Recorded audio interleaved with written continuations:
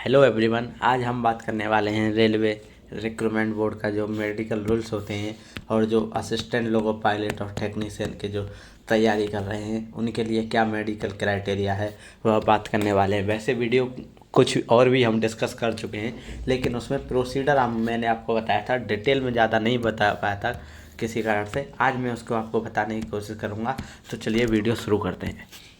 देखिए डिस्कस, आप सब लोग जानते हैं एएलपी के लिए जो मेडिकल कैटेगरी है वह A1 है और उसमें टेक्नीशियन है तो आप B2 तक आप एलिजिबल होते हैं, B2 मेडिकल के क्राइटेरिया तक।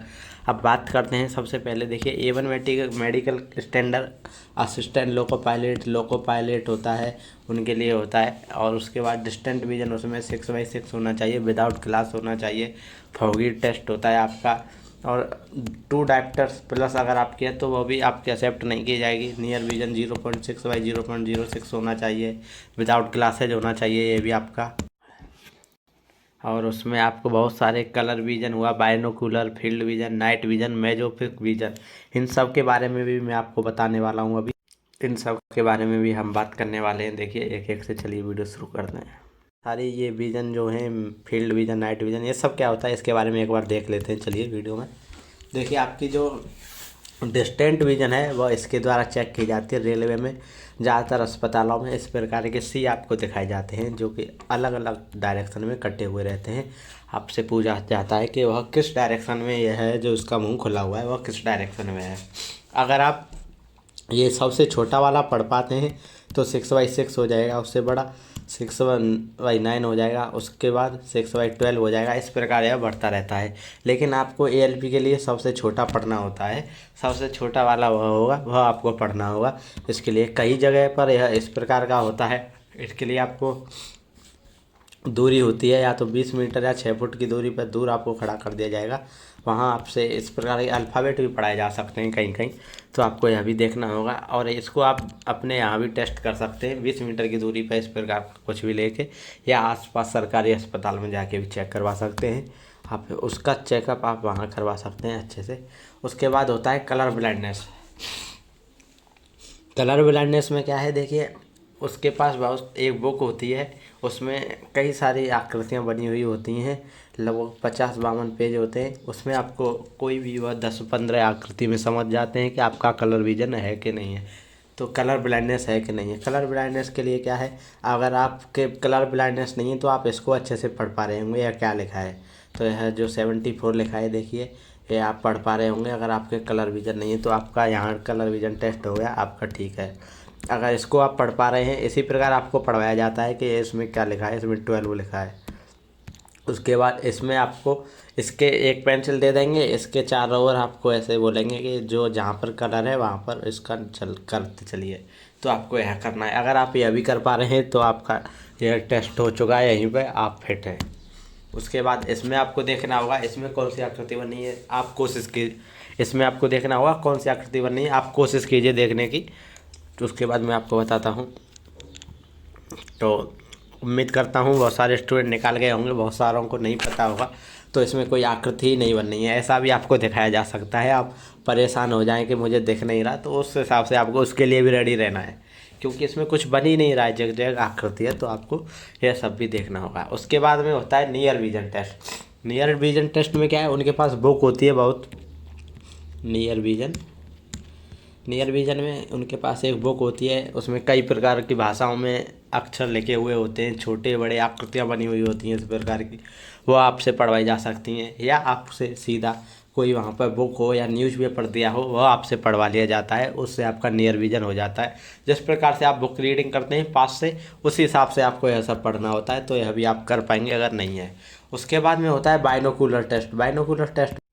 बाइनोकुलर टेस्ट में क्या है, देखिए बाइनोकुलर विजन में आपकी दोनों आंखों के फोकस को देखा जाता है। ऐसा होता है, आपको आगे कोई भी आकृति आपके, या तो लाइट रख दी जाएंगी 2-3, या कुछ भी आपसे पूछा जाएगा कि आपको क्या दिख रहा है। अगर आपकी दोनों आंख उस पर फोकस कर पा रही हैं, उस ऑब्जेक्ट पे जो सामने रखा है, तो आपको उसकी एक इमेज दिखेगी और आप उसको बता सकते हो कि ये बल्ब रेड है, या और कोई भी लाल है, या कोई भी बल्ब आपको या आकृति दिखाई जा सकती है। अगर आपका इसमें प्रॉब्लम है बाइनोकुलर में, तो आपकी एक आंख को यह अलग दिखेगा, इसको अलग दिखेगा, तो दो आकृति बनने लग जाती हैं। आपने देखा होगा, आप अपने पलक के ऊपर हाथ रखेंगे तो आपको दो आकृति लगभग ऐसी दिखने लगती है। थोड़ा सा उंगली से आप अपने पलक पे हाथ रखिए और देखिए अभी, तो आपको दो आकृति दिखेंगी। ये क्यों दिखती हैं? क्योंकि आपकी दोनों आंख एक ही ऑब्जेक्ट पे फोकस नहीं कर पा रही हैं, तो यह बाइनोकुलर टेस्ट होता है। अगर आपको ये चीज़ें दिखती हैं तो ये हो जाएगा क्लियर आपका यहाँ से बाइनोकुलर। उसके बाद में फील्ड विजन टेस्ट होता है। फील्ड विजन में क्या है, आपको देखा जाता है कि आई कितना एंगल तक देख पा रही है आपकी। हॉरिजॉन्टल में जो लगभग हमारी नॉर्मल आंख होती है वो 210 डिग्री तक देखती है हॉरिजॉन्टल में, जो कि इस प्रकार से होता है। हॉरिजॉन्टल साइड में आपकी आंख देखेगी इधर इधर तक 210 डिग्री तक लगभग हम देख सकते हैं।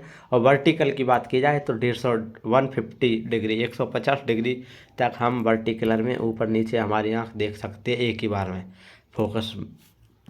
तो ये फील्ड विजन भी अगर आप कर पाएंगे तो अभी आप अपने आसपास देखिए कि आपको साइड में ज़्यादा दिखता है, ऊपर नीचे बजाय कम दिखता है, क्योंकि वो 150 डिग्री ही आपकी आंख देख पाती है और ये साइड में हॉरिजॉन्टल में 210 डिग्री देखती है। तो यहाँ से फील्ड विजन हो जाएगा।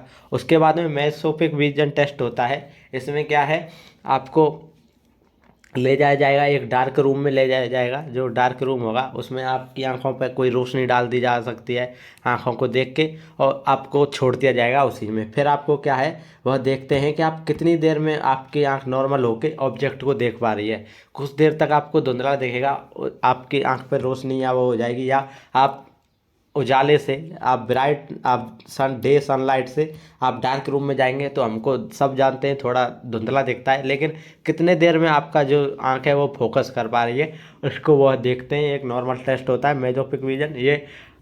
यह भी आप अपने घर पे भी कर सकते हैं। डायरेक्ट आप उजाले से बाहर से अंदर रूम में जाते हैं तो शुरुआत में नहीं दिखता है, लेकिन आपको बहुत ज़्यादा समय लग रहा है उन चीज़ों को करने में तो समस्या है। अगर नहीं है तो यह भी आपका टेस्ट हो जाएगा। तो दोस्तों, आंख में लगभग यही आपके टेस्ट होते हैं ज़्यादातर। और उसके बाद आप जानते हैं लेज़र टेस्ट के लिए अलग से वह ड्रॉप डाल के देखते हैं। अगर आपका लेज़र टेस्ट है तो वो वहाँ से पकड़ा जा सकता है, तो इसके लिए आपको सावधान रहना होगा लेज़र टेस्ट वालों को। और आँख में यही है, अगर बहुत सारे स्टूडेंट बोलते हैं कि क्या करें क्या नहीं करें आँख को, तो करना कुछ नहीं है। अगर आपकी 6/6 की आंख है, ज़्यादा ध्यान मत दीजिए। बहुत सारे स्टूडेंट स्क्रीन प्रोटेक्शन ग्लास पहनने के लिए बोलते हैं, बहुत सारे कुछ ड्रॉप के लिए बोलते हैं कि सर ड्रॉप बताइए। तो देखिए, आपकी अगर 6/6 है एक बार तो उसको कुछ नहीं करना है, बस यह करना है सुबह जगते समय और सोते समय थोड़ा सा फ़ोन से दूरी बनानी है, बस इतना करना है। आई प्रोटेक्शन मोड में फ़ोन को लगा के रखिए।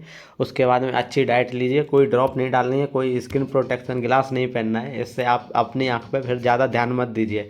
अगर आप ध्यान देने लगेंगे तो प्रॉब्लम हो जाएगी। इस पर ध्यान नहीं देना है, क्योंकि जिस चीज़ पर हम ध्यान देने लगते हैं उसमें हमें कमी नज़र आने लगती है, तो आपको इस चीज़ पर ध्यान नहीं देना है। तो ये हो गया आई का टेस्ट। अब बाकी के बहुत सारे टेस्ट होते हैं। एक्सरे टेस्ट होता है, हाइड्रोसिल होता है, पाइल्स होता है, और आपका फिजिकल फिट के बारे में बात कर लूँगा। बहुत सारे स्टूडेंट पूछते हैं कि सर कान से कम दिख रहा है, या आपको स्किन पर कोई दाग है, या एनीथिंग, आप उसको बारे में देखिए इंडियन रेलवे का मेडिकल मैनुअल है एक, उसमें हम इसको देख सकते हैं, पूरा लिखा हुआ है। ये PDF मैं आपके लिए खोलने वाला हूँ, और ये मैं टेलीग्राम से भी मैं डाल दिया हूँ अपने टेलीग्राम चैनल पर लोको पायलट मोंटी, वहाँ से भी इस PDF में आप भी पढ़ सकते हैं।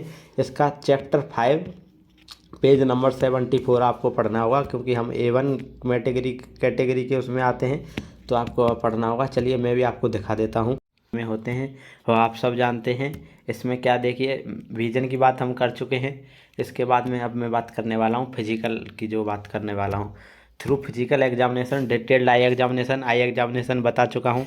एक्सरे, चेस्ट एक्सरे आपका होगा, फंडोस्कोपी, यूरिन एनालिसिस होता है, blood sugar and any other examination. अगर और कोई एग्जामिनेशन अगर डॉक्टर चाहते हैं, आपको उसको डाउट है, तो वह भी आप कर सकते हैं। उसमें सबसे पहले आपका जो टेस्ट होगा वह होगा ब्लड प्रेशर का भी टेस्ट आपका होता है, जिसमें क्या है आपका ब्लड प्रेशर नापा जाता है। नॉर्मल जो इंसान का होना चाहिए 80 से और 140 के बीच में, वह आपका होना चाहिए, बीच में हो, यह सब आपका देखा जाता है। उसके बाद में डायबिटीज़ आपकी चेक की जाती है। डायबिटीज़ आपकी चेक करी जाती है। अगर यह कंट्रोल्ड है डाइट के द्वारा तो ठीक है। अगर आप इसको ड्रग्स लेते हैं, मतलब दवाई लेते हैं डायबिटीज़ कंट्रोल करने के लिए, तो आपके लिए समस्या हो सकती है मेडिकल में। उसके बाद में हार्ट डिजीज़ के लिए आपका एक एक्सरे भी करवाया जाता है हार्ट का, जो कि आपका देखा जाता है, उससे वह अंदाज़ा लगा लेते हैं और डिजीज तो नहीं है आपके कोई, उसके लिए अगर है तो भी समस्या है। ईयर एग्जामिनेशन देखिए, हियरिंग शुड बी नॉर्मल, आपकी जो सुनने की शक्ति है वह नॉर्मल होनी चाहिए। हियरिंग एड कोई भी आपका बाहर से कोई बहुत सारे मशीन लगा लेते हैं, ये सब नहीं चलने वाला है। और आई ईयर में कोई क्रॉनिक कोई जन्मजात डिजीज ना हो या कैसी भी डिजीज नहीं होनी चाहिए आपके आँख में कान में। उसके बाद में विजन की बात कर चुके हैं। कॉन्टैक्ट लेंस आपको नहीं होना चाहिए, ऑकुलर लेंस नहीं पहनने, और ये सब आपको बता चुका हूँ मैं, यह लगभग उसका था। और बहुत बाकी का जनरल फिजिकल एग्जामिनेशन में आपको रेलवे एम्प्लॉई है वो गुड मेंटल हेल्थ का होना चाहिए, बॉडी उसकी हेल्थी होनी चाहिए, ये सब आपको, क्योंकि ड्यूटी में आपकी परफॉर्मेंस इफेक्ट नहीं करनी चाहिए, आपका इस प्रकार से फिजिकल होना चाहिए। और उसके बाद में देखिए मेजरमेंट हाइट वेट चेस्ट एक क्राइटेरिया होता है, इसमें कोई आपकी ज़्यादा हाइट और वेट को लेके प्रॉब्लम नहीं आने वाली है, इसमें आप बेफिक्र रहें। उसके बाद में देखिए condition of teeth and germs, मतलब टीथ आपके अच्छे होने चाहिए। देखिए टीथ आपके बीच में गैप नहीं होना चाहिए, गैप होगा तो उससे बोलने में प्रॉब्लम आती है, क्योंकि बोलते हैं तो टीथ के द्वारा हवा भी रुकती है हमारी, थोड़ी बहुत उसमें दिक्कत आती है, और साउंड में भी।